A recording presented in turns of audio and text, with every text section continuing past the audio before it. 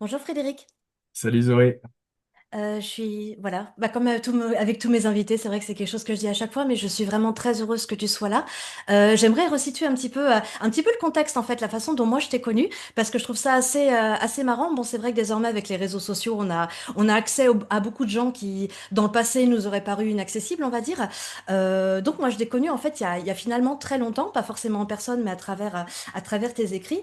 Je revenais tout juste, en fait, de ma première rencontre avec le Pérou et avec l'ayahuasca, donc quand j'avais 20 ans.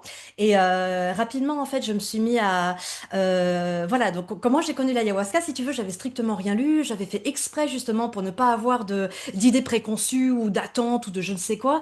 J'avais fait exprès, en fait, de ne rien lire, de ne rien regarder, ni rien du tout. Puis c'est vrai qu'à l'époque, c'était quand même il y a 17 ans, il n'y avait pas autant d'informations, que tu les cherches ou pas, désormais, les informations, elles te sautent à la gueule, quoi. Bon, ça, c'est clair. Ouais. Et c'est vrai que du coup, bah voilà, moi j'avais été complètement vierge face à l'ayahuasca. J'ai fait plusieurs cérémonies, j'ai dû en faire 10 ou 15 et j'ai fait une première diète aussi là-bas, quoi. Et du coup, par contre, quand je suis revenue, c'est vrai que je me suis jetée sur absolument tous les livres que j'ai pu trouver qui traitaient de l'ayahuasca parce que j'avais besoin de comprendre, en fait. J'étais très curieuse et vu que j'y avais plus accès là tout de suite, évidemment, voilà. Et c'est comme ça, en fait, que je suis tombée sur ton livre qui s'appelle Un loup en liberté. Je suis tombée dessus sur Amazon, tout simplement. Et bah, j'ai découvert en fait ton histoire, puisque c'est de ça qu'il est question dans le livre, tout Mhm. ton cheminement. Je pense qu'on part quand même depuis l'enfance jusqu'à la fin du moment où tu l'as écrit. Bon, c'était quand même il y a plusieurs années déjà, quoi. Ouais. Et j'ai adoré en fait voir vraiment. J'ai trouvé qu'il y avait beaucoup de franchise, même quitte à ce que ce soit un peu gênant pour toi peut-être. J'ai trouvé que t'avais pas, je sais pas, je repense à certaines anecdotes. Bon voilà, que tu dis dans le livre, quoi. Et j'ai trouvé qu'il y avait beaucoup de fraîcheur, beaucoup de franchise, vraiment. Et c'était très agréable, en fait, de suivre le cheminement personnel de quelqu'un, tu vois, de quasiment presque sur, pas sur toute sa vie, mais enfin, bon, presque, quoi. Et donc aussi sa fameuse rencontre, bien sûr, avec l'ayahuasca, et puis différentes plantes maîtresses, puisque tu parles aussi du San Pedro, tout ça Mhm. là-dedans, quoi. Et donc, bah voilà, je l'ai lu, je l'ai relu. C'est un livre qui m'a énormément inspiré. Je l'ai même emmené en diète de plantes plusieurs fois avec moi. C'est vraiment un très beau livre. Merci. Et puis après, quand je me suis mis sur Facebook, il y a pas si longtemps que ça, finalement, probablement 3 4 ans, pas plus. Jusqu'à présent, j'avais pas de Facebook. Bah écoute, je crois qu'un jour, j'ai tapé ton nom comme ça, par curiosité, me dire, est-ce qu'il y serait ce mec-là, quoi. Et puis, bah, t'y étais. Et puis, je sais plus comment, mais on s'est mis à échanger, tout Mhm. ça et tout. Donc voilà mon petit chemin avec toi. Et puis désormais, on est devenus amis, quoi. Voilà. C'est vrai. C'est vrai. Euh, alors voilà, moi ce qui m'intéresse principalement et la raison pour laquelle j'ai envie de te présenter aux gens qui me suivent, c'est qu'en fait, je vais être très honnête, t'es probablement le seul chaman ayahuasquero occidental, français, que je respecte. Que je respecte et avec qui j'ai envie de boire la plante ou de faire des choses comme ça. Donc moi voilà, il y a quelques années en fait j'ai eu la chance de boire en ta compagnie. Alors voilà, dans un pays où c'était légal bien sûr. Et en fait, alors on a fait une cérémonie de râpé avant de commencer. On avait fait une cérémonie de râpé et tu avais fait t'avais fait un chant en fait. T'avais un chant à toi pour le tabac. Et en fait, j'ai reconnu immédiatement, en entendant ce chant, que c'était un vrai Icaro, en fait. Quelque chose qui avait un pouvoir, une beauté, quelque chose qui avait la capacité, en fait, de vraiment convoquer l'esprit du tabac et de immerger les personnes qui venaient de prendre le râpé, vraiment les immerger dans le monde du tabac et les mettre en contact avec l'énergie du tabac. Mhm. Chose qui n'est pas forcément toujours le cas quand quelqu'un te fait un râpé et qui ne connaît rien à l'esprit du tabac. Et même si un râpé, ça peut sembler un petit peu facile, j'ai envie de dire, un petit peu comme quelque chose qui n'est pas très grave, quoi. Bon, alors il y a des vrais rituels, mais des fois il y en a pas. Puis bon, bah voilà. Moi, ça m'a beaucoup touché en fait que ce soit fait de cette façon-là. Et donc dès ton premier chant, en fait, voilà, j'ai reconnu qui t'étais, j'ai reconnu ce que t'étais, quoi. Et donc après, on a bu la plante ensemble et Merci. euh, et pareil en fait, les Icaros que t'as développés, les mondes dans lesquels les mondes que tu nous as ouverts. euh, les chants, regarde par exemple, voilà, moi j'avais diété la Yaouma et tu m'as fait un chant d'Ayaouma qui a complètement éveillé la Yaouma, l'a réveillée, on va dire, puisqu'elle était déjà là, mais tu l'as réveillée en moi vraiment. Bref, tout ça, c'est des choses, on va dire, que moi qui ai de l'expérience avec les plantes, je suis capable de sentir. C'est pourquoi, oui, voilà, je te considère comme un vrai chaman et c'est pour ça que j'ai envie de te présenter aux gens aujourd'hui. Ben merci, c'est très flatteur, surtout que venant de toi, je sais que tu as des standards élevés. Oui, Donc, effectivement. merci. Merci pour la présentation comme ça, c'est sympa. Alors, on va faire le point dans cette. L'interview sera en trois parties. Donc cette première partie de l'interview, on va vraiment étudier en fait la façon dont toi tu es devenu chaman ou tu as pris connaissance du fait que tu étais chaman. Donc voilà, ce que j'aimerais savoir en fait, c'est comment tu as été appelé à devenir guérisseur et est-ce que tu avais ce genre d'envie en toi, on va dire, d'être chaman avant d'avoir été mis face à l'évidence. Alors là, mais pas du tout. Moi, je suis allé en fait en Amazonie parce que j'étais complètement paumé, hein. J'étais dans une phase de ma vie où je comprenais plus trop qui j'étais, ce que j'avais envie de faire. Moi, j'ai un parcours initialement de directeur de projet informatique, donc voilà, j'étais dans mon open space, dans une grosse boîte parisienne, et j'étais juste pas heureux du tout. Et bon, voilà, je crois que j'étais allé au bout du modèle qu'on m'avait un peu appris à être depuis mon enfance, quoi. Et puis, bah, la vie étant bien faite, tout s'est un peu cassé la figure dans ma vie, professionnellement, sentimentalement, tout ça. Et puis, bah, je savais plus vraiment quoi faire, quoi. J'avais perdu toutes mes billes. Et du coup, je me suis dit, bah, allez, je vais. Enfin, je suis même pas dit au départ, je vais aller au Pérou pour prendre de l'ayahuasca parce que, en gros, j'avais vu un pauvre documentaire sur France 2 un jour là-dessus. J'avais regardé ça avec ma femme. J'avais dit, ah tiens, c'est intéressant peut-être. Et puis elle m'avait dit, bah écoute, si tu veux aller vomir avec au milieu des insectes, très bien, mais t'iras tout seul. Et puis finalement, bon, moi j'avais beaucoup, enfin j'avais adoré les livres de Castaneda. Pour moi, c'était vraiment une sorte de carte, on va dire, qui m'aidait au quotidien à tenir, un peu à gérer mon hypersensibilité, tout ça. Et puis voilà, mais et puis bah au final, c'est au grand mot les grands remèdes. Moi, j'étais pas un grand voyageur ni rien. Et puis je me suis dit bah voilà, c'est ma femme en fait en l'occurrence, tu vois, comme quoi nos compagnons et nos compagnes sont souvent des vecteurs de très bons conseils. Et puis bah elle m'a dit bah écoute, on est malheureux tous les deux. Est-ce que ça te dirait pas d'aller faire ce truc au Pérou quoi? Mais bon, c'était en 2009. Il n'y avait aucune info comparativement à maintenant. C'est incroyable à quel point ça a explosé, mais en 2009, c'était vraiment Je très sais, pauvre, j'y étais hein. au même moment que toi, la Ouais, c'est même année, ça. donc je sais que Donc oui, c'était, ouais, 2008-2009, ouais. c'est ça. Mm. Et voilà. Et puis bah donc je suis parti là-bas, mais vraiment en mode au secours, quoi, hein. Tu vois, c'est bon. Qu'est-ce que je peux faire pour essayer d'aller mieux, tout simplement. Et c'est vrai que pour le coup, ça a été un énorme choc. Ça a été une rencontre incroyable. Mais pendant des années, je dirais, j'ai vraiment fait cette démarche pour moi.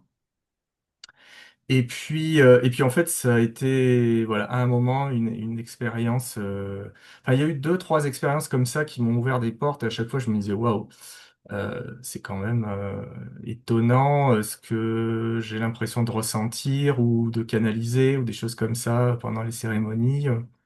Mais bon, j'étais vraiment en mode découverte complètement. Donc, je dirais même que, enfin, c'était non seulement une surprise, mais c'était presque un peu difficile à accepter quelque part. Bon, je dirais Mais pas que je suis un cartésien pur jus, parce que bon, justement, je te dis, Castaneda, tout ça, ça m'intéressait beaucoup. On va dire, je suis raisonnable, quoi, donc j'essaye toujours de me demander si ce que je vis, c'est un peu un fantasme ou voilà, ou un délire personnel, ou est-ce qu'il y a vraiment quelque chose de concret là-dedans. Et voilà. Et donc, euh, ça a été au fur et à mesure. Puis il y a eu une expérience en particulier vraiment qui m'a mis un peu devant ce choix de chemin. Ça a ouvert une porte et à ce moment-là, on m'a dit, bah voilà, qu'est-ce que tu fais, quoi, en gros. Et donc, je sais pas si tu veux, je peux peut-être te raconter l'expérience en question. oui, Ah bah, en fait, moi, à chaque fois que j'allais au Pérou, la dernière cérémonie que je faisais, c'était toujours pour essayer de faire le pont un petit peu entre le travail que j'avais fait sur le moment et puis dire, OK, mais comment est-ce que je recolle les morceaux avec mon quotidien? Puisque à l'époque, j'étais encore salarié. Voilà, c'est comment est-ce que j'arrive à ramener cette magie de la jungle dans mon open space, justement, et voilà, qu'est-ce que j'en fais, quoi. Euh, et comment je l'applique concrètement. Et donc, généralement, à la dernière cérémonie de mon séjour, ce que je demandais à la plante, c'était ça, c'est dire, mais qu'est-ce que tu peux me conseiller sur comment, quelles vont être les prochaines étapes, en fait, de mon chemin. Et, euh, et en fait, déjà, la première fois carrément que j'étais allé au Pérou, j'avais demandé ça.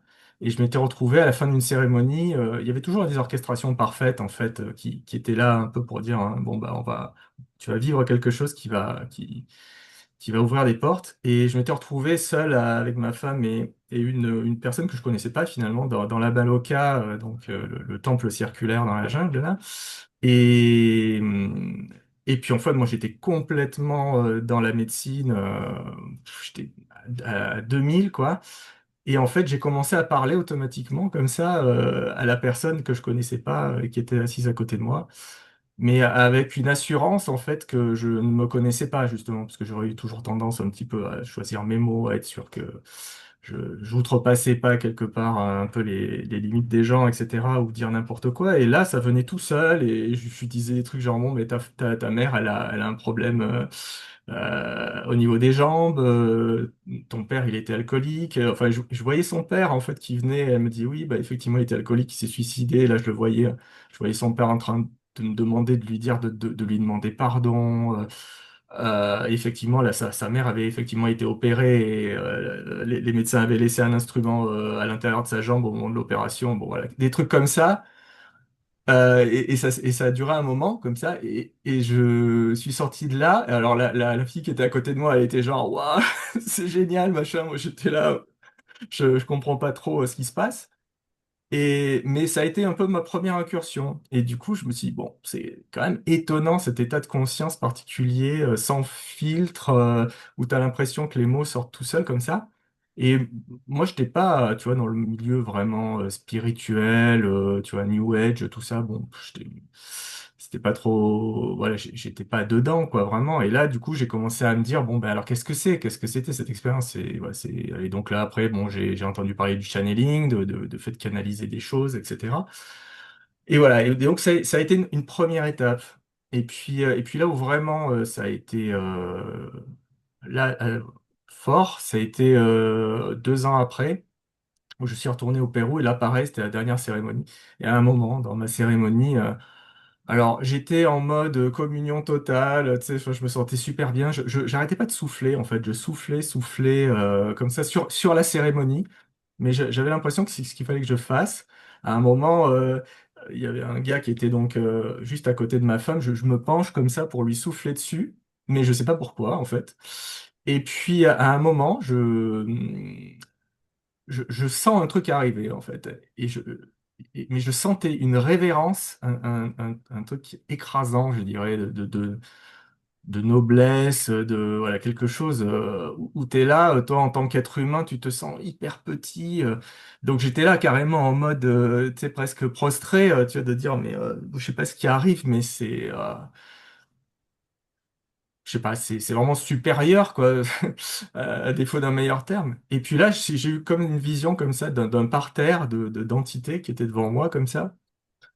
Et en fait, on m'a dit, ben, tu peux soigner les gens. Et moi, si tu veux, j'étais là, je dis, bon, ok. Enfin, j'étais juste en mode spectateur de ça, quoi. Et puis en fait, à ma grande surprise, juste après cette vision hyper forte, où j'avais vraiment une sorte d'impression presque comme si c'était quelque chose qui venait me rappeler, en fait, presque une sorte d'accord, tu vois, j'allais dire, de contrat d'âme, je sais pas comment on peut appeler ça. Et, et en fait, c'était Diego à l'époque, hein, qui est officiel, et il rallume la bougie et je me dis, quoi? En fait, la cérémonie est terminée, mais moi je suis encore complètement dans la stratosphère. Et là, on me disait, bon, ben maintenant, travaux pratiques, en fait. Donc, voilà. Et en fait, on me désignait des gens et on me disait, ben voilà, cette personne, elle a mal là, cette personne, elle a tel problème de santé. Et à ce moment-là, j'étais complètement, enfin, c'était même pas une sorte d'ego ou pas d'ego, c'était mon mental, il était complètement off. Et je disais, ok, ok, ok. Et puis, je sais pas, les gens, en fait, sont venus vers moi. Il y avait comme une sorte d'osmose. Ils sont venus vers moi et j'ai commencé à leur faire des soins, à claquer des doigts devant eux, à leur poser les mains dessus. Alors, donc, ils me disaient, ouais, t'as les mains super chaudes et tout. Bon, et donc, c'est dont j'avais pas forcément conscience. Et, et en fait, un petit peu après, j'ai parlé avec la personne sur qui j'avais soufflé comme ça spontanément. Il m'a dit, mais moi j'étais dans un espace d'enfer, en fait, à ce moment-là. J'étais dans des visions hyper noires. J'avais même pas vu qu'en fait, lui, il était carrément à genoux comme ça, en disant pitié, pitié, pitié à la médecine parce que elle lui faisait la misère, quoi, on va dire c'est comme ça. Et en fait, il m'a dit, dès que tu m'as soufflé dessus, il y a tout qui est parti. Et que des trucs comme ça. Et donc, même après, durant la cérémonie de San Pedro qui a suivi, j'ai eu encore des interactions comme ça avec les gens. Et c'était bizarre parce que d'un côté, j'avais une impression d'être de retour à la maison, quelque part, d'être dans mon élément, de m'être reconnecté, un peu un poisson qui est retourné à la mer, quoi. Et d'un autre côté, une autre partie de moi qui disait, bon, honnêtement, je comprends pas trop ce qui se passe, mais j'ai pas trop envie de savoir pour l'instant. Et parce que j'étais encore ouais, sur les super vibes du séjour, quoi. Et puis je me dis, bon, bah, on verra bien, on va voir ce que j'en fais de ça. Voilà. Mais en tout cas, il n'y a jamais eu aucune velléité de ma part à la base du tout de faire ça, quoi. En fait. Il n'y avait pas eu dans le passé des signes qui auraient peut-être, je sais pas, des signes qui auraient annoncé un petit don, une petite capacité de quelque chose, guérir quelqu'un sans le vouloir, ou je sais pas, recevoir une information que tu pouvais techniquement pas savoir, c'était jamais arrivé avant? Disons que j'ai toujours été hypersensible, on va dire, en tel qu'on le définit aujourd'hui comme profil psychologique, je pense. Ouais. Et puis, et c'est vrai que quand j'étais au boulot, moi j'étais toujours le bureau des pleurs de tout le monde. C'est-à-dire que tout le monde venait se confier à moi. Je pense que j'étais une des rares personnes qui écoutait les gens dans cet univers impitoyable, quoi. Et donc il y avait ça, il y avait cette espèce comme ça, un peu, toujours un accoucheur en fait des gens, quoi. Mais pas effectivement. Mais d'ailleurs, parce que Rien moi le de, premier, non voilà, je me serais pas mis rien de dans cette. surnaturel, je veux dire quoi. Non, Rien qu'on non, peut non, qualifier de surnaturel et de, oh, non, d'accord. non. D'accord, ok. C'était vraiment la surprise. Hmm. Voilà. Bon, donc la question que j'avais, c'était, oui, est-ce que, je pense que tu as déjà plus ou moins répondu, mais tu dirais que combien de temps ça t'a, combien de temps ça t'a, parce que bon, voilà, je pense que tu étais face à, t'étais obligé d'y croire de toute façon, puisqu'il y avait quand même des signes, on va dire que quand, voilà, quand tu as des visions sur la nana au sujet de son père et tout ça, c'est C'est vérifiable ça en immédiatement, donc fait. t'es obligé d'y croire. Euh, mais est-ce que t'as dû passer un cap dans ta tête, on va dire, pour admettre finalement vraiment d'une façon très profonde, ok, enfin, je suis guérisseur, quoi. Vraiment passer ce cap-là. Bah, en fait, effectivement, je trouve que ce qui est toujours magique avec l'ayahuasca, en tout cas, ça a toujours été mon expérience, c'est vraiment, il y a toujours vraiment une sorte d'orchestration, une scénarisation, en fait, d'un processus où des fois, presque comme si, tu sais, de l'autre côté, ils savaient que t'étais une tête de mule ou un mec vachement qui doute, quoi, par exemple, et donc se dire, bon, on va te mettre devant un truc où, effectivement, bon, là, il faut que tu repartes avec des billes, quoi, il faut que tu repartes avec quelque chose où tu pourras quand même te remémorer qu'il y a eu du concret, qu'il y a eu du feedback de gens, et que c'est pas juste dans ta tête où tu as juste entendu une voix qui t'a dit, bon, t'es chaman. D'ailleurs, j'ai jamais entendu, je me suis jamais entendu dire que j'étais chaman, hein. C'était plutôt, tu peux aider les gens au sens large, quoi. D'accord. Et, euh, et, et oui, et donc en fait, moi je suis rentré et puis bah moi j'ai eu le gros syndrome de l'imposteur, quoi. Parce qu'en fait, je me suis dit, mais déjà, enfin, si je me présente aux gens comme ça, moi j'ai toujours été éduqué, tu sais, avec l'idée de dire, bon, si tu veux être pris au sérieux, il faut que tu aies des diplômes. Voilà, donc il faut que tu sois légitime, que tu aies des trucs à avancer. Et moi, bah là, j'avais rien, tu vois, j'arrivais fleur au fusil en me disant, bah, je sais pas, j'ai l'impression que je ressens un truc pour vous, ou je sais pas, peut-être que je peux vous aider à soigner une douleur, quelque chose comme ça. Et puis, donc, je me suis dit, mais oui, mais là, les gens, ils vont me rire au nez, en fait, parce que voilà, je sors de nulle part, quoi. Et donc, et puis, en fait, honnêtement, à chaque fois, c'était tellement, t'es plongé dans le bain, en gros, on te dit, bah voilà, en gros, tu sais le faire, quoi. Go.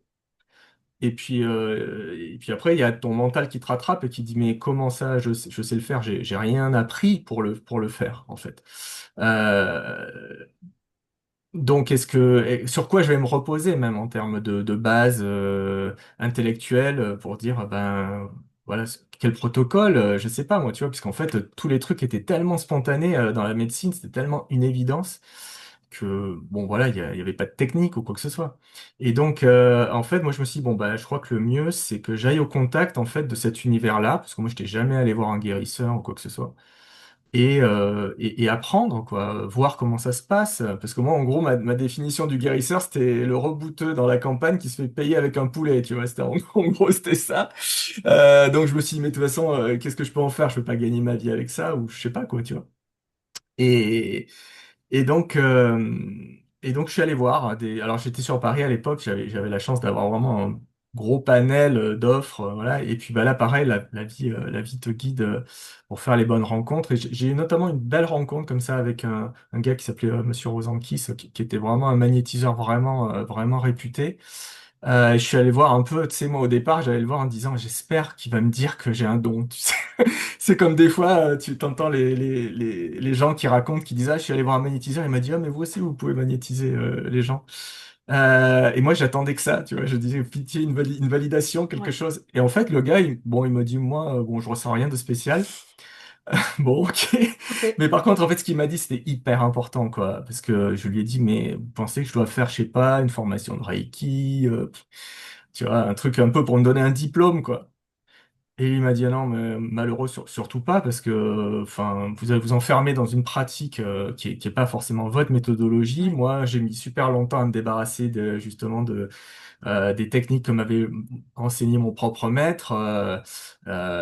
Son formateur à lui, il lui avait dit, il faut t'asseoir, nani, nana, mettre les mains comme ça, alors que lui, après, il avait découvert que lui, il fallait qu'il se mette derrière les gens et qu'il se tienne debout et qu'il fasse rien, en fait, d'autre, tu vois.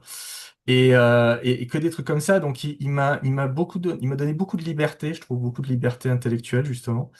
Et de dire en gros, bah voilà, si vous avez quelque chose à offrir, bah ça viendra à point barre. Et au début, généralement, on a la baraka, puis après ça se complique.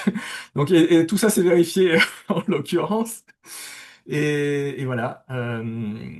Et donc j'ai mis comme ça, je pense, 2 ans après à explorer. Alors j'ai été vraiment bien entouré. J'avais des amis qui étaient très preneurs de tout ça et qui étaient très dynamiques, donc ils m'ont mis en contact avec pas mal de gens. J'ai pu explorer, voilà. Mais moi, je continuais à aller au Pérou et donc en fait, ça a évolué avec le temps. C'est-à-dire qu'au début, c'était plus des choses énergétiques, parce que c'était les mains qui travaillaient beaucoup. Bon, puis après, avec le temps, avec l'apprentissage, on en parlera probablement tout à l'heure, mais voilà, après, ça a été plus revenir vers la ouais. tradition. Donc, mais au début, je n'utilisais pas d'Icaro ou quoi que ce soit, bien Oui, sûr, quoi. ouais, c'était quelque Ouais, chose de très spontané.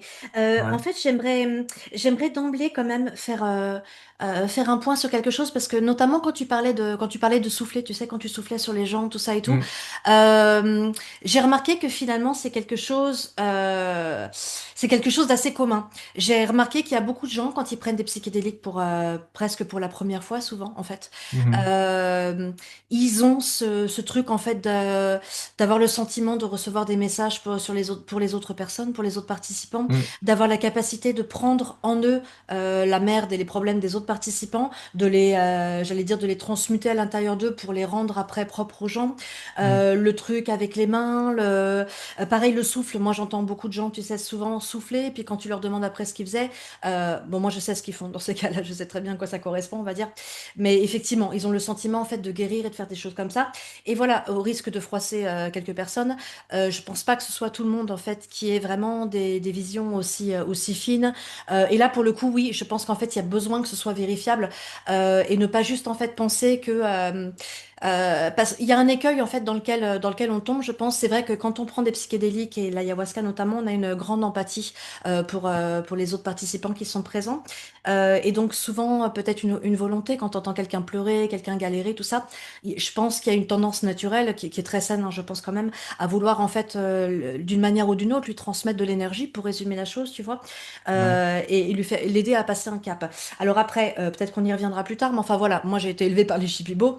Dans la tradition Shipibo, chacun se mêle de son cul, c'est le chaman uniquement qui prend soin des autres participants, parce qu'en fait, déjà tu ne sais pas ce que l'autre personne traverse et il y a de fortes chances en fait que tu fasses des projections sur cette personne et parce que Absolument. toi en fait tu n'es pas suffisamment propre et que du coup tu vas certainement on va dire enfin, pas amalgamer mais t'identifier à l'autre personne et penser que tu Mhm. sais en fait ce qu'elle traverse alors que profondément tu n'en as aucune idée et qu'en fait tu n'es pas tout à fait propre toi-même et donc quand tu cherches à transmettre une énergie quelconque à quelqu'un, tu risques en fait de lui transmettre tes propres peurs, tes propres projections, tes propres Mhm. trucs, parce qu'en fait toi-même tu n'es pas, t'es là pour te faire soigner en fait, et Oui. de pas, voilà.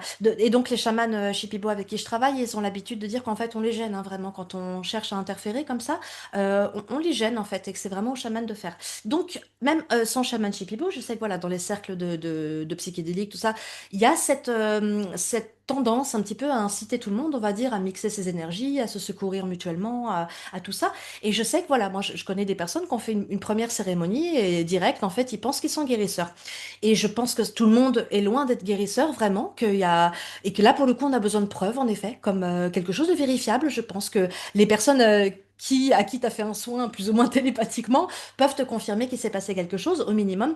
Euh, qu'est-ce que, qu'est-ce que tu dirais, en fait, à ces personnes? Quelle peut être petite, je sais pas, mise en garde? Qu'est-ce que tu aimerais dire à ces gens-là? Ou Ah, d'une il y a manière beaucoup de générale? choses à dire parce que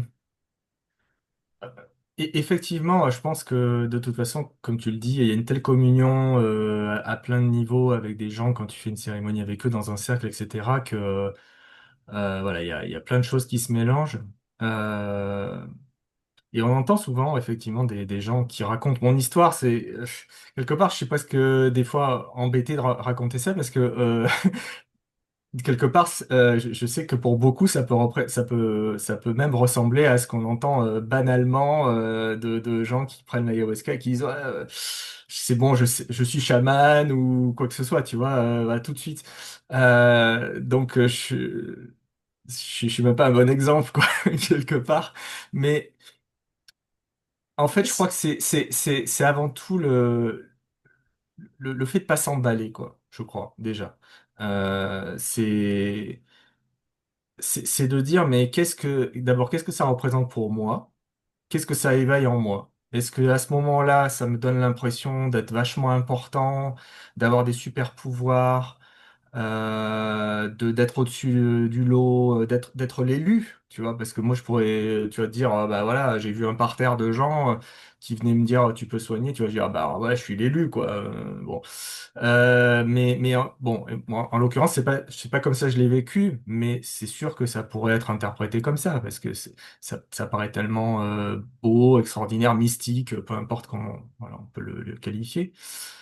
Donc je crois qu'en fait je pense que d'une manière avec l'ayahuasca, il y a toujours un temps de digestion et d'interprétation qui est nécessaire pour se dire, est-ce que ce que j'ai vécu, c'est quelque chose qui est une information pour moi et dont je peux faire quelque chose? Parce que si par exemple quelqu'un reçoit le message qu'il est guérisseur et que voilà, ça éveille des choses en lui. Justement, la question c'est de se dire qu'est-ce que ça éveille. Si ça éveille un altruisme, bon bah tu peux te dire tiens, voilà moi ce qui était le cas, c'est-à-dire que, enfin je peux le dire en toute honnêteté, j'étais tellement sensible tout ça dans mon environnement que globalement j'aimais pas spécialement les gens. Tu vois, je veux dire, je me l'étais avoué à moi-même, tu vois, j'étais là, pff, c'est dur, quoi, les interactions, tout ça. Il y a une espèce de personnage social que je suis sans arrêt obligé voilà, de conserver. Etc. Et donc, moi, les interactions avec les gens, j'y allais toujours un peu à reculons, en fait. Et là, en réalité, je pense qu'une des premières choses que ça me montrait, c'était de dire, mais c'est beau, en fait. C'est beau de pouvoir communier avec les gens. T'as peut-être aussi, voilà, des choses à offrir qui sont pas forcément, des choses que les gens vont te prendre, mais que tu peux être toi-même l'acteur du don. Des choses comme ça, en fait. Et donc, demain, quelqu'un fait une cérémonie d'ayahuasca et il a ce message-là. Je pense que la première étape, c'est de se demander qu'est-ce que ça éveille chez toi. Est-ce que ça fait une inflation de ton ego? Est-ce qu'au contraire, ça ouvre ça t'ouvre à une autre vision de l'autre, etc. Et peut-être que ça se suffit à soi-même, tu vois. Peut-être que ça se suffira à soi-même sans que forcément après ça prenne une forme dans ta vie, mais simplement, ah bah tiens, on t'a soumis un scénario, on t'a soumis voilà, une vision de la vie. Est-ce qu'elle te plaît? Est-ce qu'elle te plaît pas? Est-ce que tu raisonnes avec ou pas? Et donc après, bah, justement, je pense que cette approche-là, elle est à la fois un garde-fou, parce que bah, si tu es suffisamment honnête avec toi-même, tu dis, bah, ouais, non, en fait, moi, c'est juste que j'ai l'impression d'être Jésus, et puis je vais soigner le monde entier, surtout pour peu que tu aies un syndrome du sauveur. Là, on t'a donné ton shoot, quoi. Là, t'es, ah, super, je vais sauver le monde entier. Et inversement, si au contraire tu es là, tu dis, bon, ça bouscule mes lignes, ça me fait aller vraiment vers un endroit j'ai pas l'impression d'aller, mais en même temps, j'ai eu l'impression d'être tellement heureux, en fait. Tu vois, ça me connectait tellement à une forme de passion, à une forme de joie, à l'idée d'être dans cet espace-là. Bah, je vais peut-être voilà, continuer à explorer ça en essayant bien sûr de ne pas faire n'importe quoi, quoi. Bon, en tout cas, dès le départ, ça a été un de mes principaux leitmotifs, quoi. Ça a été vraiment de dire attention à ce que tu fais. Fais pas n'importe quoi parce que la santé des gens, c'est important. Euh, Enfin, tu peux avoir un impact positif, mais tu peux avoir un impact négatif. Et donc, tu as intérêt à assurer, entre guillemets, ou en tout cas, voilà, à pas faire n'importe quoi. Oui, oui, je te rejoins tout à fait là-dessus, notamment quand on travaille avec les plantes. Bon, peut-être qu'en énergétique pure, ça peut faire des gros dégâts. Avec les plantes, je dirais il y a un tas de risques supplémentaires, on va dire. Sans même parler des dangers purement spirituels, il y a des risques supplémentaires. Et voilà, moi je sais que si j'ai une position si intransigeante sur ce que j'estime être un vrai chaman ou un faux chaman, c'est parce que je récupère beaucoup de gens qui sont les victimes de gens qui ont joué avec un pouvoir qu'ils croyaient posséder, qu'ils ne possédaient pas du tout et qui ont mis d'autres personnes en danger. C'est pourquoi moi je suis très crispée sur la question du qui est un guérisseur et qui n'en est pas un, parce que voilà, mine de rien, il s'agit de la santé, du bien-être des gens. C'est quelque chose avec lequel on ne joue pas quand on est quelqu'un d'éthique. Donc voilà. Donc De toute je trouve façon, très, pardon.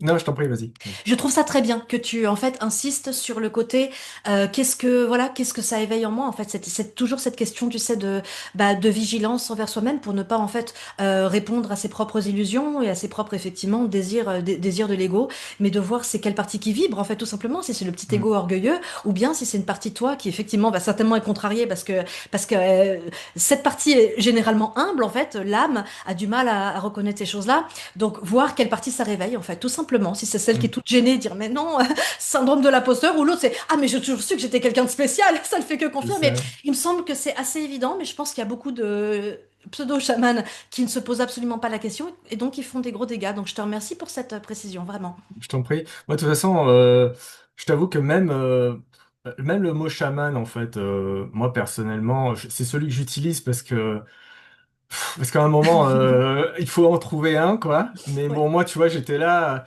au début. En fait, j'aurais plutôt envie de presque dire canal, tu vois, parce que voilà, c'est un peu comme ça que je me ressens, tu vois. C'est-à-dire que quand je fais mes séances avec les gens, pour moi, j'ai l'impression que c'est sans arrêt. J'ai un peu l'impression, en fait, que c'est la personne qui se parle à elle-même et qu'en fait, moi, je canalise cette autre partie et que je parle un peu comme ça. Je suis un peu l'interface. Et pareil, d'ailleurs, hein, quand je travaille avec les plantes, mais. avec les plantes, ouais. Mais donc voilà, après quand me suis plus rapproché de la tradition, j'aurais dit ouais, bon ben curandero ou végétaliste, tu vois, des trucs un peu plus précis sur ce que je fais quoi. Et puis bah tu vois, tu dis aux gens je suis canal, canal quoi, canal plus. Tu vois, Non, ça la le fout mec, mal. Non. Après, voilà donc moi, ça. Honnêtement, l'étiquette, le fait qu'en fait, ouais, les mots sont des étiquettes, d'accord? Et hmm, on a besoin, en fait, d'étiquettes pour se situer un peu dans ce monde. Donc, moi, ça me dérange pas tellement. C'est pareil que ça vienne de Sibérie, de machin. Je veux dire, les ouais, shippies eux-mêmes, ils disent chaman depuis très longtemps ouais, c'est maintenant. ça, ouais. Ils s'en foutent, les Ils shippies ont lâché vraiment. l'affaire, ils ont Mais lâché c'est ça! l'affaire. Mais puis en plus, de toute façon, les Shipibo, voilà, ils ont leur propre langue. Même moi, je ne me souviens plus comment on dit chaman en Shipibo, pourtant je fréquente que ça. Donc ils s'en foutent. Eux, vraiment, ils sont là. Tu m'appelles comme tu veux. Tu Hmm. me mets l'étiquette que tu veux. Ça change rien. Donc voilà, moi, ça me dérange pas d'employer le mot chaman, même s'il est Ouais, moi pas. non plus, c'est ça, c'est Voilà un quoi. raccourci qui est pratique, quoi. Ouais, ouais. Bah, écoute, la prochaine question que j'avais, je pense qu'en fait, oui, ça, celle-là est peut-être intéressante. Quels étaient tes freins et tes envies par rapport au fait d'être guérisseur? Qu'est-ce que, quand tu as commencé, on va dire, à y croire et à vouloir exercer, on va dire, avec plus de confiance et de conscience, quel était peut-être ton souhait pour les gens? Quelle était la peur vraiment dans laquelle tu avais pas, je sais pas, quelque chose que tu n'avais pas envie d'être confronté, voilà. Tes freins et tes Bah, moteurs. moi, en fait, finalement, la première porte d'entrée, ça a été ça, ça a été le channeling, cette expérience, en fait, de canaliser quelque chose. Voilà, souvent, souvent, ça se passe par des analogies, par des images, en fait. On me dit, ah, c'est comme ça, ça se rapproche de tel concept. Donc, j'ai beaucoup d'images, en fait, du coup, qui me viennent.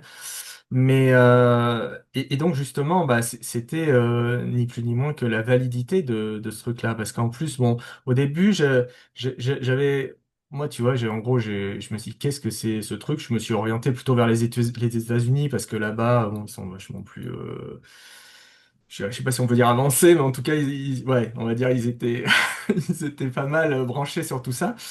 Et donc, il y avait des channels qui faisaient ça. Et alors, souvent, eux, ils faisaient du channeling vraiment vocal. Donc, ils ferment les yeux et puis ils laissent passer quelque chose, quoi.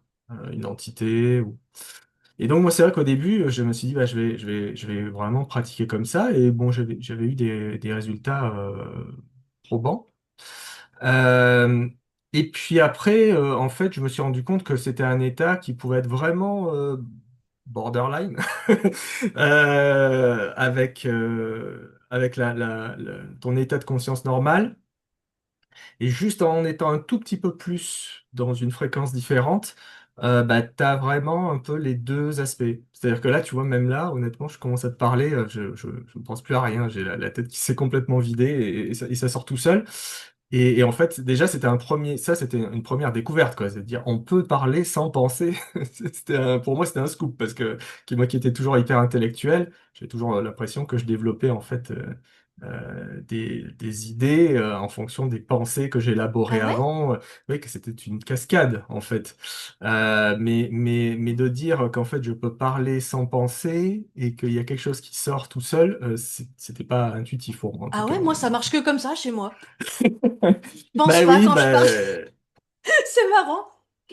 ouais, mais je te dis, moi j'étais hyper intellectuel, enfin D'accord. au sens négatif quelque part du terme, très mental. D'accord, ok. Et donc bon, il y avait ça, il y avait ce côté validité, il y avait cette peur de tromper les gens en fait.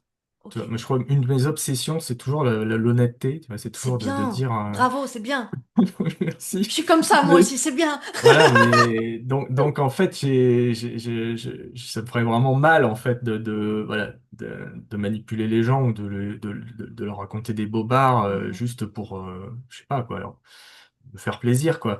Donc ça a été ça, l'idée de me mettre sur un piédestal parce que je pense que s'il y avait aussi quelque chose justement qui dès le départ a vraiment s'est positionné comme ça, parce avec cette expérience comme ça, de voir ce parterre de guérisseurs qui m'annonçait quelque chose, et vraiment j'avais cette révérence absolue et donc du coup, quelque part, la peur de me mettre sur un piédestal, tu vois, justement, parce que pour moi, c'est du sérieux, quoi. Je crois pour moi, il y a pas, il y a rien de plus sérieux que ça. J'en ai presque l'émotion qui me monte, tu vois, quand je te le dis, Mhm. tellement à quel point, vraiment, voilà, pour moi, c'est vraiment soigner, enfin, prendre soin des gens, c'est vraiment une des tâches pour moi les plus nobles que je peux imaginer pour n'importe qui. Voilà. Et donc, du coup, bah, de dire, bah, moi, je me mets dans ce rôle-là, c'était quelque chose. Voilà, des fois, j'avais un petit peu des hésitations. Et puis après, il y a aussi la peur d'échouer, quoi. Euh, Parce que bah, il y a des fois, voilà, c'est très quantifiable. Il y a quelqu'un, il vient avec un problème, et puis d'un coup, tu dis, bah voilà, j'ai besoin d'être soigné. D'ailleurs, voilà, d'ailleurs, j'utilise même pas le terme guérisseur personnellement, parce que dans le guérisseur, il y a le fait de guérir les gens. Moi, ouais, voilà, comme un soigneur plutôt, avec. Mhm. Et du coup, de dire, bon, bah, est-ce qu'en gros, est-ce que je vais te débarrasser de ton problème? En tout cas, au début, c'est comme ça qu'on l'aborde, parce que dans notre culture, c'est comme ça qu'on voit les gens. En gros, enfin, on voit les guérisseurs. On va voir un guérisseur, le guérisseur, il te fait un truc, Mhm. il t'enlève quelque chose ou il te voilà et puis après tu repars. Voilà, donc il y a un côté un peu passif. Voilà, alors ça fait un moment que j'ai changé de paradigme, on va dire.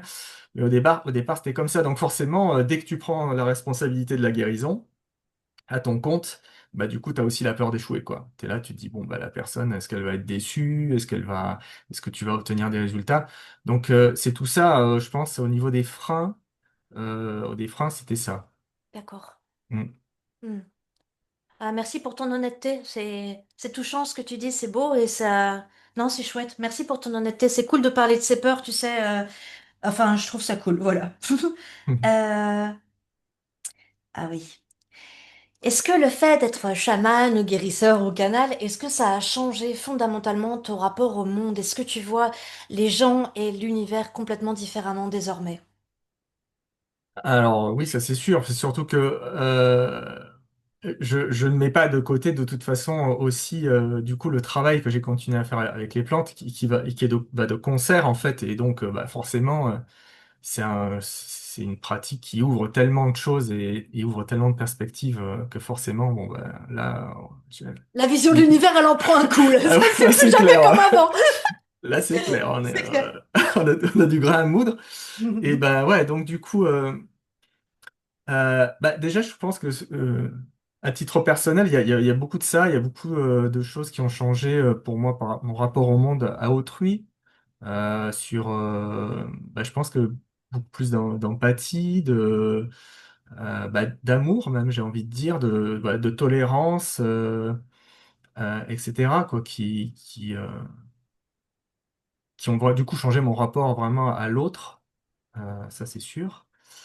Et puis, euh, et puis après, bon, voilà. Après, bon, forcément, on peut rentrer dans des considérations plus métaphysiques, mais on va dire que pour moi, vraiment, c'est cette certitude fondamentale, en fait, que tout est un reflet, en fait. Tout est un reflet. Notre- pour moi, l'univers, en fait, c'est une sorte de galerie des glaces dans lequel on vient s'incarner et qu'en fait, où qu'on regarde, en fait, on se voit soi-même et que du coup, les gens qu'on rencontre, les émotions qu'on ressent, les circonstances qu'on traverse, etc., tout ça sont finalement nous en train de nous voir dans un miroir, quoi. Et donc, du coup, enfin, dans mon travail, du coup, thérapeutique, il y a toujours une pertinence. Et il y a toujours un reflet en fait. Et du coup, ce reflet d'ailleurs m'aide aussi à être plus pertinent dans justement dans la guidance que je peux fournir éventuellement, etc. Parce que en fait, c'est comme si à un moment on me disait, voilà, cette personne, en fait, elle traverse ce moment de ta vie, par exemple, ou des choses comme ça, tu vois. Et où du coup, je peux aller puiser des fois dans mes propres références et des fois même raconter une anecdote de mon propre parcours où justement ça va faire un effet miroir avec la personne et plutôt que de lui dire ah bah tu devrais, bon déjà je dis jamais tu devrais mais on va dire voilà tu peut-être que tu aurais besoin de ci de ça de dire bah moi en fait j'ai traversé ce moment-là quasiment la même chose et puis bah voilà comment mes explorations m'ont amené éventuellement à trouver des réponses. Alors, quitte à ce que enfin justement, tu partes dans la direction diamétralement opposée, mais il y a toujours en fait cette espèce, voilà, cet effet miroir systématique, quoi. Et donc, ouais, je pense que c'est ça mon rapport au monde, c'est qu'aujourd'hui, en fait, tu sais, il y a une phrase que j'aime beaucoup, alors en l'occurrence, c'est pas du tout mystique là, mais c'est les alcooliques anonymes qui disent un truc vraiment que je trouve absolument très juste, c'est quand tu me juges, tu pointes un doigt vers moi et trois doigts vers toi. Voilà, c'est comme ça, quoi. Et je trouve ça d'une justesse absolue et que je vérifie tout le temps. Et à chaque fois que moi, bah, il y a quelque chose qui m'énerve ou, voilà, qui m'agace ou que je ne tolère pas chez quelqu'un, je peux être sûr que en fait c'est une partie de moi en fait que je ne tolère pas quoi. Et donc des fois il faut aller chercher très profond. C'est-à-dire que moi maintenant j'en ai fait une maxime et et du coup je sais que enfin pour moi c'est une vérité absolue. Et donc des fois c'est pas vraiment pas évident. Et il faut que j'aille vraiment chercher très loin en ayant confiance dans cette vérité pour me dire, OK, je sais pas pourquoi, mais il faut que tu trouves qu'est-ce que ça te renvoie, quoi. Et des fois, il faut aller vraiment chercher profondément, être très, très, très honnête avec soi-même, et au final, tu trouves.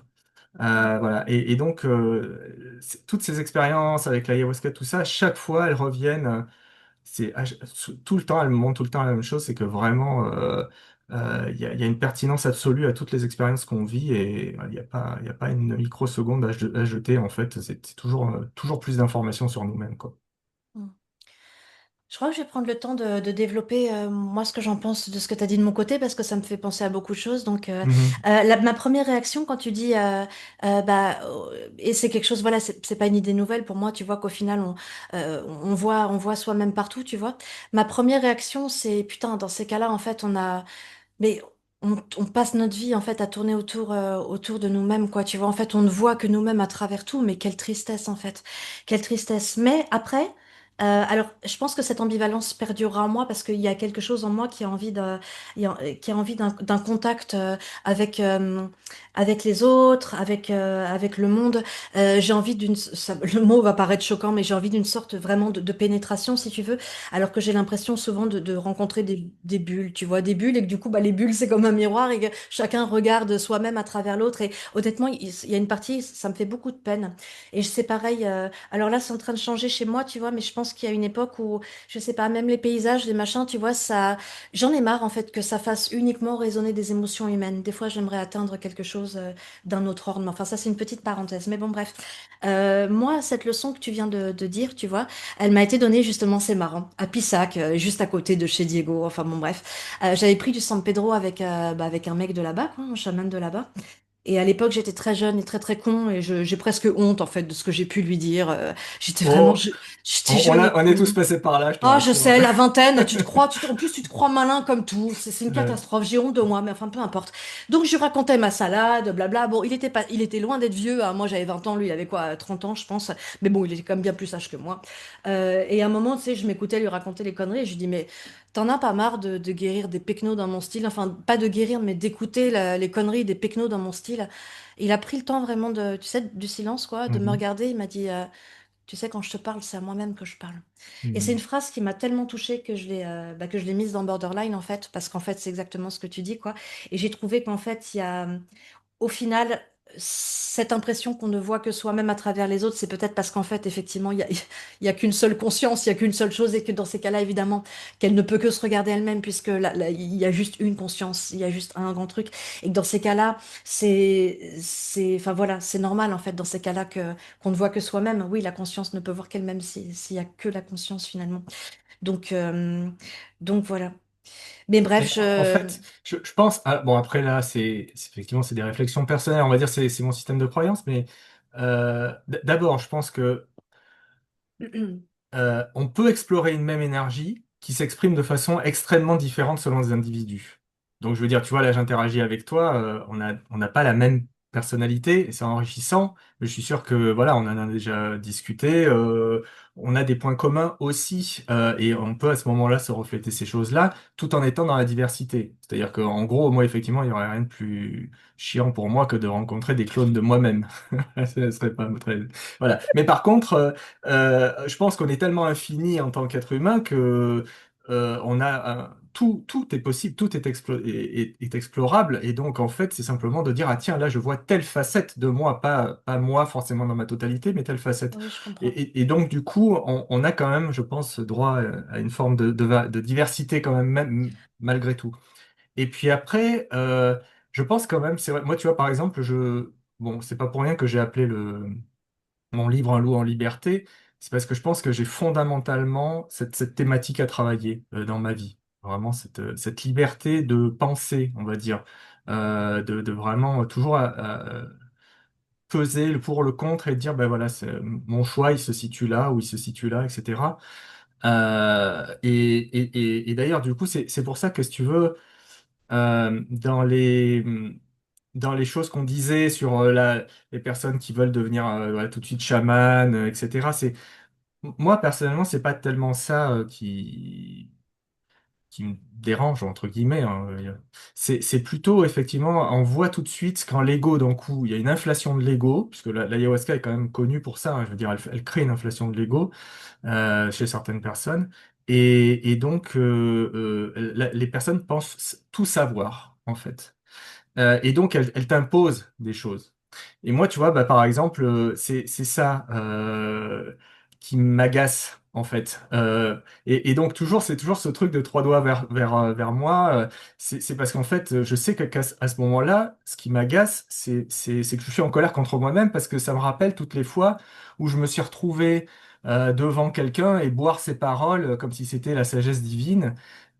Et aujourd'hui, il y a quelque chose en moi qui dit, mais non, mais arrête en fait de gober voilà, des moments qu'il y a quelqu'un qui se part comme ça voilà, dans son habit spirituel, etc. Donc c'est intéressant parce qu'en fait je me rends compte que souvent quand je me m'énerve, bon, je m'énerve le moins possible, mais quand je suis agacé par quelqu'un, c'est souvent vis-à-vis de moi-même que je suis agacé. Et cette partie de moi qui est toujours là au fond à dire non mais sois libre, euh, voilà, pense par toi-même et du discernement, etc. Bah, du coup quand je vois comment certains veulent imposer leurs idées et que d'autres sont là. Mais vraiment, en prenant tout comme ça, sans filtre, j'ai juste envie de leur dire, mais non, attendez, ce mec-là, il n'est pas supérieur à vous, voilà, il a juste il a pris de l'ayahuasca, mais tout le monde peut prendre de l'ayahuasca, quoi. C'est pas compliqué d'en boire. Qu'est-ce que tu en fais? En quoi ça te rend plus sage? Comment tu mûris, quoi, etc. Donc, voilà, du coup, pour moi, l'idée, c'est. Ah mais je sais bien que c'était ça ton idée. Oui, oui, je sais Ouais, bien. voilà. Je Et sais donc, du bien. coup, ces reflets-là, pour moi, souvent, bah, moi, je travaille beaucoup, par exemple, avec des femmes, et souvent avec des femmes qui sont avec des pervers narcissiques, par exemple. Ça, c'est un thème, mais hyper récurrent. Et où, justement, en fait, dans ce travail-là, bah, c'est sans arrêt explorer toutes les nuances, toutes les facettes, de ça, de l'emprise, du syndrome de Stockholm, de la soumission, de la Mm. peur, voilà. Et donc, à chaque fois, c'est du reflet, c'est une exploration aussi personnelle, etc. Et en même temps, d'une grande richesse parce que c'est infiniment varié, quoi. Oui. Non, mais oui, oui, puis au final, cette idée de, voilà, cette idée de miroir, si tu veux, c'est parce que c'est la connaissance de soi, en fait. Et du coup, effectivement, faire comme et moi aussi, tu vois, j'ai ce réflexe, hein, de oui, quand il y a quelque chose qui m'énerve ou quoi. euh, enfin bon, c'est souvent facile à deviner qu'est-ce que ça fait résonner et tout ça. Hmm, Et bon, bref, mais c'est parce que c'est une question de connaissance de soi, en fait. C'est pour ça que hmm. c'est intéressant et que donc c'est pas forcément de l'égocentrisme bon, bref, de ne voir que soi, finalement, Moi, je dirais que, à tu vois, travers les autres, quoi. sur un plan vraiment, alors pour le coup, vraiment spirituel, moi, maintenant, je considère que, voilà, si l'âme vient s'incarner sur cette terre, euh, pour traverser une expérience, ben, c'est vraiment voilà pour une expérience de connaissance de Oui, c'est soi, ça. voilà de maturation et d'enrichissement personnel. Et donc, bah, je trouve qu'il n'y a pas plus beau terrain de jeu effectivement que de se balader dans une galerie des glaces et d'être là sans arrêt en train de dire ah voilà où j'en suis quoi, voilà où j'en suis. Et c'est vrai que de switcher comme ça de paradigme en disant bah voilà la vie m'a fait ça. J'ai pas de chance, voilà, Mhm. c'est la galère, tout ça, à dire, ah, là, il y a quelque chose qui est en train de m'être indiqué, qu'est-ce que je peux en faire, voilà, je me regarde, en fait, comme je me regarde dans le miroir de ma salle de bain le matin, si j'aime pas ce que je vois, qu'est-ce que je peux faire, est-ce que je peux juste m'apitoyer sur mon sort, ou je peux peut-être essayer d'arranger les choses, ou tout ça, mais je sais et en même temps, ça rend tellement de pouvoir, surtout cette approche, je trouve, d'un coup de dire, mais en fait, j'ai tellement de leviers à l'intérieur de moi qui peuvent impacter cette projection au final. Moi, je trouve ça réjouissant, en fait. Parce que sinon, ça veut dire quelque part, on est un petit peu comme ça, des feuilles ballottées dans le vent, sans trop de contrôle, quoi. Oui. C'est- moi, personnellement, ça me rendrait triste. Moi, c'est plutôt ça qui me rendrait triste, non? Oui. Et puis j'ai bien aimé ce que tu as dit aussi, tu sais, moi c'est quelque chose alors, pas que les gens à qui je l'ai fait m'ont reproché, mais plutôt d'autres gens, des soi-disant amis, tu vois, peut-être. C'est vrai que quand je fais, d'une manière générale, je suis quelqu'un de très ouvert avec finalement ce qu'on pourrait estimer peu de pudeur, c'est-à-dire qu'en fait, il y a quasiment rien en fait que je sens la nécessité de protéger. Donc à partir de là, j'ai pas besoin de mentir, j'ai pas besoin de prendre un masque social, j'ai pas besoin des éléments de mon passé, je peux te les donner même si je te connais pas, parce qu'en fait, j'ai pas le sentiment d'avoir besoin de protéger quoi que ce soit, Hmm. quoi, tu vois. Et ce que tu disais par rapport aux gens euh, quand tu fais voilà, des soins aux gens, des consultations, des rencontres, en fait, et c'est quelque chose que j'aimerais souligner parce qu'en fait, Justement, je pense qu'il y a beaucoup finalement de thérapeutes, de pseudo-chamans, de guérisseurs, de tout ça, qui en fait créent cette espèce de distance avec les gens en s'entourant d'une espèce d'aura de mystère, en justement ne voulant pas partager leur propre merde et les propres conneries par lesquelles Hmm. ils sont passés, leurs propres écueils, tu vois, finalement, qui en fait maintiennent finalement les gens dans leur esclavage, tu vois, parce sans vouloir leur donner les clés pour être libre. Bon, il est pas libre non plus, hein, celui qui fait ça, tu vois. Mais il y a cette espèce de posture, en fait, que je remarque chez beaucoup de gens spirituels, spirituel New Age, quoi. Tu sais, voilà, de se protéger, en fait, en ne racontant rien sur eux, parce que, voilà. Et moi, en fait, je sais que auprès des gens, et puis avec les gens que je fais des consultations aussi, tu vois, j'ai naturellement, en fait, ce truc bah, comme tu dis, en fait, tu vois, qu'ils te racontent quelque chose, ou ils traversent quelque chose dans leur vie qui va pas, quoi.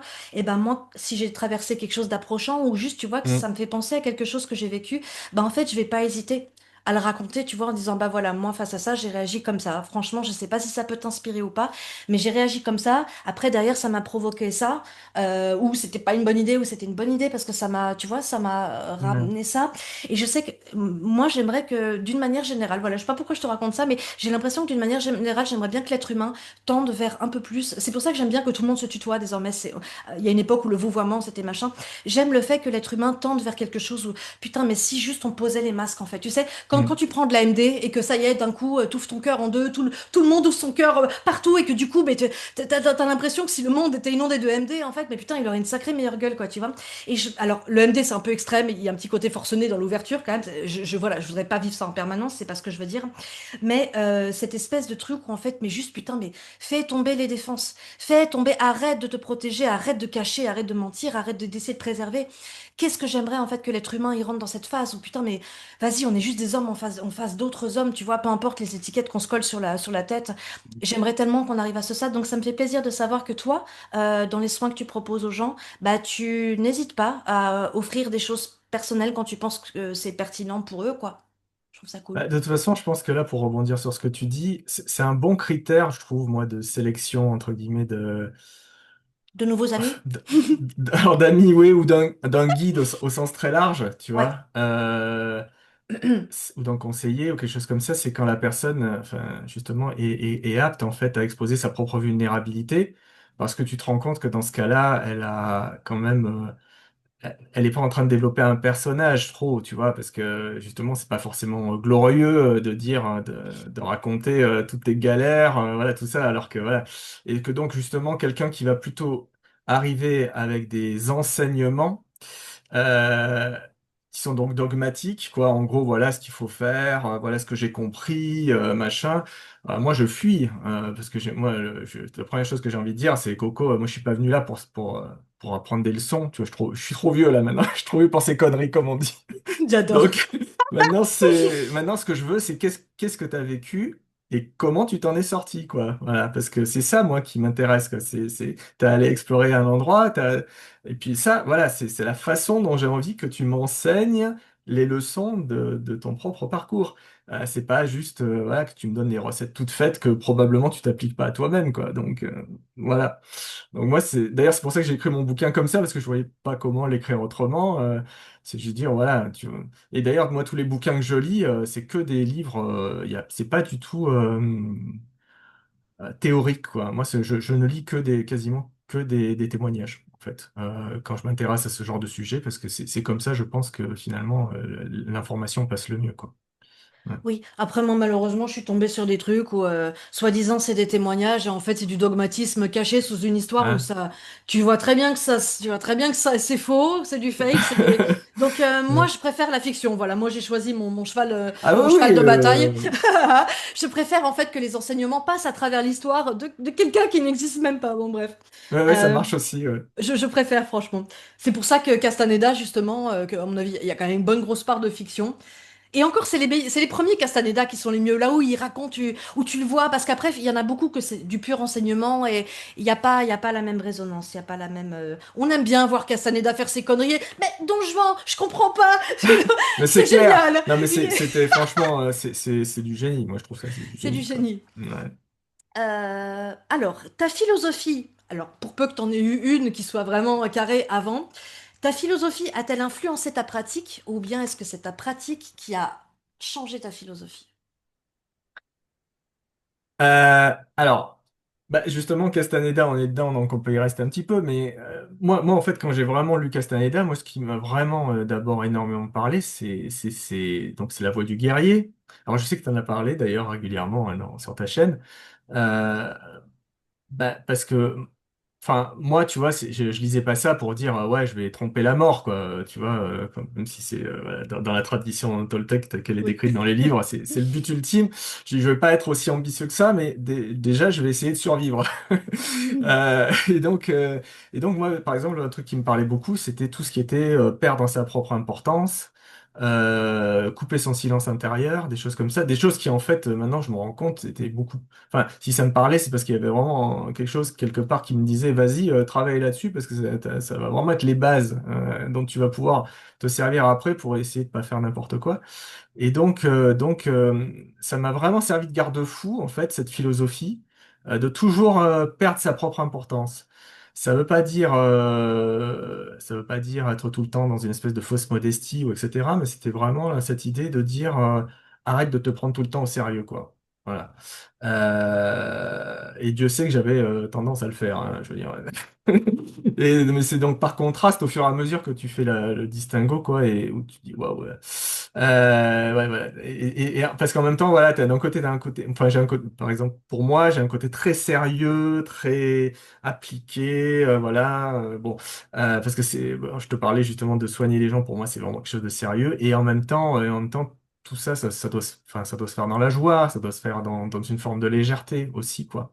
La spiritualité, c'est léger et c'est joyeux, quoi. Mais donc voilà, c'était ma philosophie, elle m'a aidé, je pense, vraiment pour ça. C'était vraiment quelque chose à laquelle je me suis agrippé même, pour sans arrêt être bah, finalement un peu impitoyable, pas forcément au sens négatif du terme, mais vis-à-vis de moi-même, tu vois, c'est-à-dire sans pitié. C'est ce Euh, que j'allais dire, pardon, il faut que je le dise, je suis en train de lire un dernier livre à lui, enfin c'est que c'est quelqu'un qui l'a connu, bon bref, et il parle vraiment du lieu sans pitié, et ce truc du ouais, lieu sans pitié d'atteindre, et je sais que c'est quelque chose que j'ai déjà atteint, parce que il se trouve que j'ai été poussée dans mes derniers tranchements, c'est même au-delà de ça, ouais, dans mon adolescence. Et en fait, quand on t'a tellement, ouais.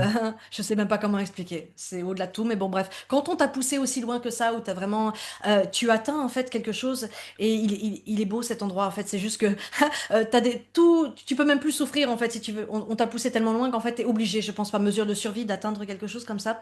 Et ce lieu sans pitié, moi personnellement, enfin, ce que je suis en train de lire chez Castaneda, c'est dur comme philosophie, hein, mais waouh. Donc je comprends que voilà, Mm. de plus avoir, tu sais, oui, cette petite complaisance en fait envers soi-même, tu vois, c'est C'est ça la ça, question. c'est ça. C'est-à-dire que moi, je suis le premier à prôner la douceur, à prôner voilà, l'amour de soi, etc. Enfin voilà, on n'est pas là pour se cravacher ou s'autoflageller. Mais en même temps, enfin, quand vraiment on creuse, on se rend compte que souvent, voilà, il y a l'apitoiement sur soi est quand même du narcissisme. Il y a, voilà, on se met toujours au centre du jeu, et donc d'arriver comme ça autant que faire se peut, et Dieu sait que c'est quand même une tâche difficile, bah, de mettre cet ego, voilà, de côté, qui est juste un ego blessé, qui a peur, qui a mal, etc. Et d'arriver justement tout en le soignant, voilà, à avancer avec justesse. Euh, tu sais, en fait, quand j'ai commencé à aller travailler avec les Shipibo, pareil, tu vois, je me suis dit, bon, allez, moi, je vais pas, enfin, j'ai pas envie d'y aller juste en disant, allez, enseignez-moi ce que vous avez, voilà, votre culture ou votre pratique, etc. Je voulais pas être juste demandeur, je voulais vraiment aller à leur rencontre. Et donc, je me suis dit, allez, je vais prendre des cours de Shipibo, tu vois, je voulais vraiment dire, en gros, je fais un premier pas vers vous aussi, je fais un effort, quoi. Donc c'était très intéressant d'ailleurs, parce que du coup, c'est vrai que quand tu peux comprendre un peu les Icaros, leur structure, comme ça, la façon dont ils procèdent, à partir du langage, qui je pense est vraiment un reflet fondamental d'une culture, Mhm. c'est très intéressant. Et du coup, bah, j'ai fait un peu ma petite princesse aussi là sur ce coup. À un moment, j'ai travaillé avec un maestro. Je dis bon, est-ce que ça t'ennuierait éventuellement? Je sais que des fois, vous donnez des noms shipibo aux gens. Et j'aimerais bien savoir si que tu puisses lire mon énergie et que tu me donnes un nom. C'est une petite coquetterie, voilà, une petite coquetterie. Et puis il m'a dit, oh, ok, d'accord. Et donc, je crois qu'il a fait 2 cérémonies comme ça, puis à la fin, il est venu, il m'a dit, bon, bah alors, donc j'ai un nom pour toi. Ah, je dis, ah ouais, alors c'est quoi? Alors, il me fait Sanken Nita. Ah, je dis, ok, et alors ça veut dire quoi? Alors, il a pas réussi à me le dire, en fait. Et c'est après quand je suis allé. Alors, en fait, Sanken, je savais ce que ça veut dire. Sanken, c'est utilisé très souvent d'ailleurs dans les Icaros. C'est beau. Tu sais, en fait, quand tu vois leur tenture, machin, tout ça, plus c'est intriqué, plus c'est complexe. En fait, eux, ils disent, ah bah ça, c'est Sanken. Voilà. Et par contre, Nita, je savais pas ce que ça voulait dire. Après, donc, du coup, j'ai demandé à ma prof de Shipibo. Elle m'a dit, bah, Nita, en fait, ça veut dire planter. Ça veut dire droit. Tu vois, planter droit, quoi, comme ça. Et donc, elle m'a dit, donc en fait, ce nom, ça veut dire beauté droite, beauté plantée, comme ça, tu vois, carré, quoi. Et en fait, et en fait, ça me fait tellement penser à la Yaouma, parce que pour moi, la Yaouma, donc, pour ceux qui nous écoutent, c'est vraiment un arbre maître quoi, dans l'enseignement par les diètes, où vraiment, pour moi, il est toujours apparu. Alors, je le vois plutôt comme, moi, je le sens plus masculin, mais vraiment comme quelqu'un, comme un maître très droit, strict, vraiment qui demande un engagement total. Et c'est vraiment pour moi probablement une des plantes maîtresses avec laquelle je résonne le plus. Et en fait, des fois, je me dis, bah, en fait, Sankenita, voilà, en fait, je crois que c'est la version poétique de intégrité, c'est-à-dire la beauté droite, quoi. Tu vois. À la fois, c'était beau et droit.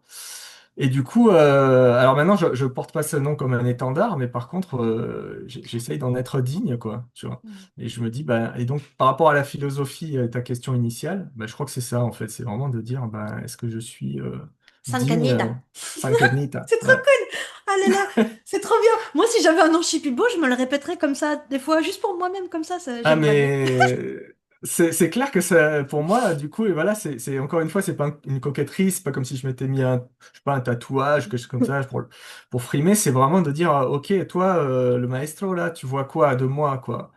Et bah déjà merci de m'avoir donné ce nom, en plus c'était le nom de son grand-père donc c'était d'autant Oh, plus waouh. qui était aussi curandero. Donc tout ça était très très flatteur, mais entre guillemets, mais il y avait aussi un côté de dire bon, en gros, voilà, si tu veux arborer ce nom et tu vois et que ce soit pas une imposture, encore une fois, bah t'as intérêt à assurer quoi. C'est bien d'avoir une sorte de... C'est pas comme un aiguillon ou quelque Ouais, chose, c'est ça, un truc une auquel te boussole quoi. référer, ouais, voilà, c'est ça, pour Ouais, savoir si c'est ça. t'as... voilà, quoi. C'est marrant parce que Mm. la Yaouma, ouais, pour moi aussi, c'est la droiture. Après, moi, elle m'a enseigné le tir à l'arc façon samouraï et tout. Alors, évidemment, bref, j'y repense parce que je suis en train de, voilà, tu sais, je suis en train d'écrire le bouquin et là, je suis là-dessus et bon, bref. Donc voilà, c'est Mhm. marrant qu'on ait, enfin non, je crois pas que ce soit marrant qu'on ait eu la même impression de la Yaouma. Je pense que c'est elle ou lui. Je pense que c'est ça. Bon, bref. Ouais, c'est ça. Euh, est-ce que tu as dû, alors, ah oui, c'est intéressant quand même. Est-ce que tu as dû franchement guérir ton passé avant de pouvoir guérir les autres? Ou est-ce que tu le fais petit à petit Ah bah franchement au début enfin, pour moi, ouais, non, un parcours de guérisseur, faut être honnête, c'est aussi pour se guérir soi-même.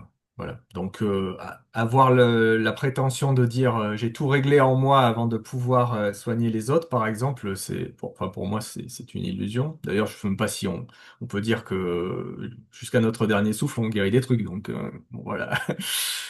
Du coup, donc ça a été un peu un chemin parallèle, on va dire. Sachant encore une fois quand même que je me suis quand même laissé, je te dis, 1 ou 2 ans pour laisser quand même infuser déjà le gros bouleversement qu'avaient créé les plantes en moi, même 3 ans en fait, avant de vraiment commencer à penser avoir quelque chose à proposer.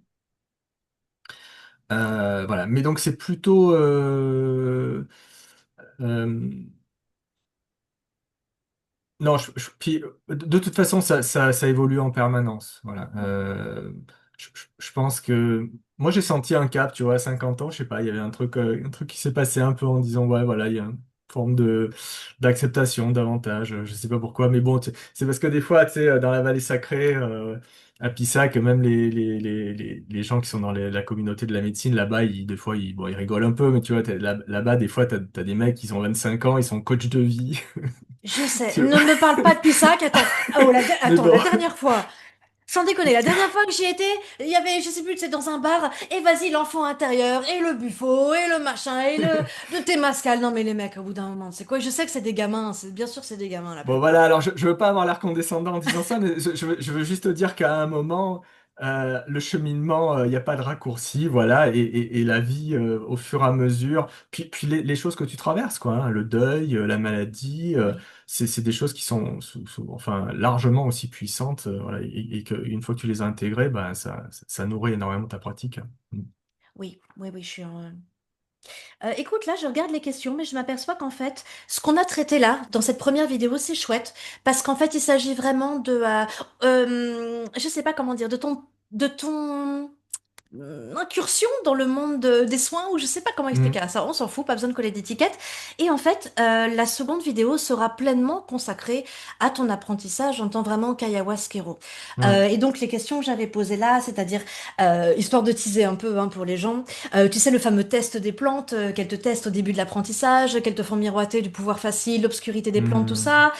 Bref, et tout ça, en fait, la leçon la plus fondamentale que l'ayahuasca t'a appris, bon, bref, tout ça, c'est dans la prochaine émission qu'on va faire, la deuxième partie Alors, du programme. cela dit, cette Oui. dernière question, Ah, vas-y. elle peut avoir une pertinence, je pense, D'accord. parce que donc si tu fais référence à la question quelle est enfin la, la Là, leçon fondamentale que l'ayahuasca m'a appris sur la guérison, on va dire au sens large, c'est ça, hein. oui, Euh, Parce qu'en fait, justement, je pense qu'elle touche à tous les aspects de tous les thérapeutes, en fait. Enfin, en tout cas, ceux qui s'intéressent au côté énergétique, holistique, etc., et pas que justement hein, aux plantes. En fait, moi, donc, si tu veux, quand j'ai commencé vraiment justement à dire, bon, j'ai envie de m'investir sérieusement dans cette voie, du coup, quand j'allais au Pérou, c'était vraiment en disant, qu'est-ce que la plante peut m'enseigner sur, je sais pas, moi, des techniques de guérison. Et des fois, d'ailleurs, j'intellectualisais un peu trop, tu vois. En fait, j'étais là, je commençais un peu à couper les cheveux en quatre. Donc, par exemple, je me rappelle une fois, j'étais dans la jungle, j'étais avec quelques personnes seulement, c'était un peu un effet cocotte minute, quoi. Et bon, il y avait des gens pareils qui, des fois, tu vois, j'avais juste envie de me retrouver tout seul. Ils me tapaient un petit peu sur les nerfs. Euh, mais bon, voilà, enfin, une personne, en fait, en particulier. Et donc, voilà, j'avais rien contre elle, mais elle me saoulait un peu des fois. Et en fait, cette personne-là, elle s'était foulée la cheville en faisant une excursion dans la jungle.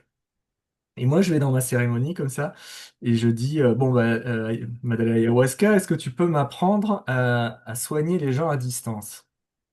Enfin, est-ce qu'il y a quelque chose de particulier, en fait, dans le fait de soigner les gens à distance, quoi? Et donc, moi, j'étais parti sur cette intention-là, vraiment d'apprentissage de quelque chose, quoi. Et puis, en fait, bah, donc, la cérémonie commence, les effets de la médecine se mettent en place. Et puis en fait, on me dit, bah non, soigner à distance, c'est comme soigner sur place, il n'y a pas de différence. Point. Voilà, donc en 3 secondes, ah ok, bon bah la nuit va être longue alors parce que finalement moi je croyais que j'allais avoir tout un tas d'explications de je sais pas quoi. Mais bon, la médecine est bienveillante quand même, et donc un peu plus tard, on va dire, on est toujours passé encore une fois aux travaux pratiques, et puis là d'un coup en fait j'ai vu la vision en fait de la cheville de la personne qui s'était foulée la cheville. Et avec une couleur comme ça, tu sais, comme un spot rougeoyant qui clignotait comme ça, et donc que j'interprétais comme sa douleur. Et on me disait, bah voilà, toi tu la touches pas là, vas-y, soigne-la, quoi. Tu vois, à distance, même si c'était pas une grande distance. Et là, je me suis dit, ah ouais, mais comment on fait pour soigner quelqu'un qu'on n'aime pas? Parce que moi, tu sais, je voulais être Saint-Frédéric, tu vois, à l'époque, je voulais donner de l'amour à tout le monde, tu vois, et donc je me suis dit, bah en fait, voilà, on soigne avec l'amour, je sais pas quoi. Et donc cette question, c'était quand même une question à 1 million d'euros, là. Et en fait, à ce moment-là, j'ai une réponse. Et bon, tu sais comment c'est avec l'ayahuasca, t'as un package, quoi. Donc, t'as tout qui vient d'un coup, une image, un concept, une compréhension, bam. Et après, des fois, tu déballes le cadeau pour essayer de le linéariser, mais sur le coup, tout arrive d'un coup. Et là, en fait, ce qui est arrivé, c'est une vision. En fait, d'abord, une phrase. On m'a dit, mais aime-toi, toi. Et à ce moment-là, j'ai cette vision comme ça d'une silhouette humaine assise en tailleur, d'une lumière blanche éclatante, comme ça, à l'intérieur d'une bulle. Et des parois de cette bulle, les parois intérieures de cette bulle, irradiaient un amour comme ça vers la figure centrale, comme ça, de cette personne qui était assise comme ça au milieu de la bulle. Et en même temps qu'on me disait ça, en fait, on me disait, mais vous êtes une bulle de conscience. Vous êtes une bulle de conscience et personne ne peut rentrer dedans, en fait. Donc, euh, donc en fait, tu peux pas. Enfin, c'est un abus de langage, quoi, de dire quelque part que tu vas aller manipuler quelque part quelque chose dans cette bulle de conscience. Donc en fait, tout est une question de résonance. Et donc, j'avais à ce moment-là l'image, tu sais, d'une fontaine de champagne, tu sais, où en fait tu remplis les premiers verres et puis comme ça tombe en cascade. Et on me disait, remplis-toi, remplis-toi, remplis-toi. Et à un moment, ça va déborder et en fait, ça va commencer à irradier. Et toute guérison est une auto-guérison, in fine, quoi. Même si le rituel peut tout à fait mettre en place d'autres façons de voir les choses, et je respecte ça, mais j'allais dire presque techniquement, on me disait, euh, en fait, toi, ce que tu fais, c'est une proposition. C'est-à-dire que toi, ton but en tant que guérisseur, c'est d'irradier ou de maintenir la fréquence la plus haute, d'aller vraiment dans un lieu où la guérison existe, et tu invites les gens, en fait. Tu invites les gens dans cette vibration. Et un peu comme deux diapasons, tu sais, où en fait, t'en fais vibrer un, puis t'en approches un autre, et puis hop, il commence à vibrer aussi. Bah, en fait, c'est ça. Et donc, c'était vraiment hyper intéressant, cet enseignement, à plein d'aspects, parce que déjà, moi, avant, j'avais une vision traditionnelle de ce qu'on peut voir dans les guérisseurs, tout ça, en gros, je te transmets de l'énergie ou quelque chose comme ça.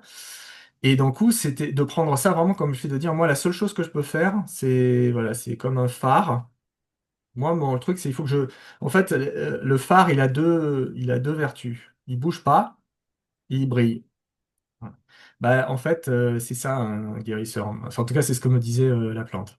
Elle me disait, c'est ça un guérisseur. Donc, toi, tu bouges pas, et tu brilles, tu augmentes ta fréquence, tu augmentes ta fréquence. Et donc, justement, c'est pour ça que plus tu vas endosser la responsabilité de la guérison de la personne, plus tu vas croire qu'en gros tu vas aller triturer son énergie pour la soigner, etc., moins tu vas être dans la posture juste parce que d'abord tu vas être interventionniste, tu vas la déposséder quelque part de son processus de guérison. Euh, et puis, euh, et puis en fait, donc toi, tu vas te faire du souci en disant, ah, j'espère que ça marche, j'espère que je sais pas, que je transmets les bonnes énergies, etc. Et donc toi, en réalité, ce souci va te faire baisser ta Oui. vibration. Donc tout ça, c'est contre-productif. Voilà. Et d'ailleurs, je pense que c'est pour ça que les Icaros, maintenant, je les comprends un peu presque comme un chant des sirènes. Tu vois, je les comprends comme quelque chose, une invitation. Tu vois, c'est dire, viens dans la médecine, viens dans l'espace, viens dans ma salle de soins, si je puis dire, spirituelle. Ouais. En tout cas, c'est comme ça que je le ressens. Donc, donc voilà, et c'était vraiment très intéressant, mais à plein, plein, plein de degrés. C'est une anecdote, enfin, c'est une expérience qui me sert encore aujourd'hui à plein de niveaux, parce que ça marche aussi pour l'amour. Je veux dire, de dire, ben, je peux pas te remplir d'amour parce que tu es encore dans ta bulle de conscience, donc je ne peux que t'en témoigner, je peux qu'en exprimer, et toi, est-ce que tu peux t'accorder à cet amour, à cette vibration, etc., et venir avec moi dans cet espace-là? Parce qu'en fait, moi, je peux pas te remplir de quoi que ce soit, en Mhm. fait. Ouais. Voilà. Et donc, ça m'a. Alors après, euh, pour moi, là, je vois ça vraiment comme comme un peu les coulisses, on va dire, comme si on m'avait dit, voilà, en gros, techniquement, énergétiquement, comment ça se passe. Mais après, je peux tout à fait comprendre qu'il y ait des gens qui aient besoin de se sentir touchés. D'ailleurs, moi, des fois, je touche les gens hein, quand je fais les soins, etc. qui résonne davantage avec diverses choses. Je veux dire, on sait que dans le curanderismo, il y a des gens qui font des chupadas, là, qui sucent, on va dire carrément le corps, enfin qui aspirent, on va dire, le mal du corps, etc. Et franchement, si c'est une manière de lui donner corps, c'est très bien. Moi, j'ai aucun souci avec ça. Mais en tout cas, moi, ça m'a vraiment, j'ai trouvé que cet enseignement-là en particulier m'avait posé les choses de manière très juste. Voilà. Et donc, pour répondre à ta question, comme c'était sur un parcours de guérisseur au sens large, je pense que vraiment, c'est un enseignement peut-être le plus profond que j'ai pu recevoir de la médecine, quoi. D'accord, ok. Bah, du coup, je me demande si, j'aurais des questions précises, on va dire, après, bon voilà, dans l'interview qui suit sur les plantes et justement de la façon dont de ce que tu viens de nous dire peut s'accorder justement avec la médecine des plantes, j'ai plusieurs questions. Mais bon voilà, l'interview, je te dis, ça fait déjà, je sais pas combien de temps, ça fait un moment qu'on parle déjà, donc je Une pense que heure ce sera vingt, bien bah voilà, c'est déjà une belle interview, donc c'est on va ça. garder ça pour la suivante et D'accord. bah voilà, je donne rendez-vous aux gens dans la deuxième vidéo de cette série et je te remercie Fred Merci à et toi. voilà. Ciao, ciao. À bientôt. Bye. Bye.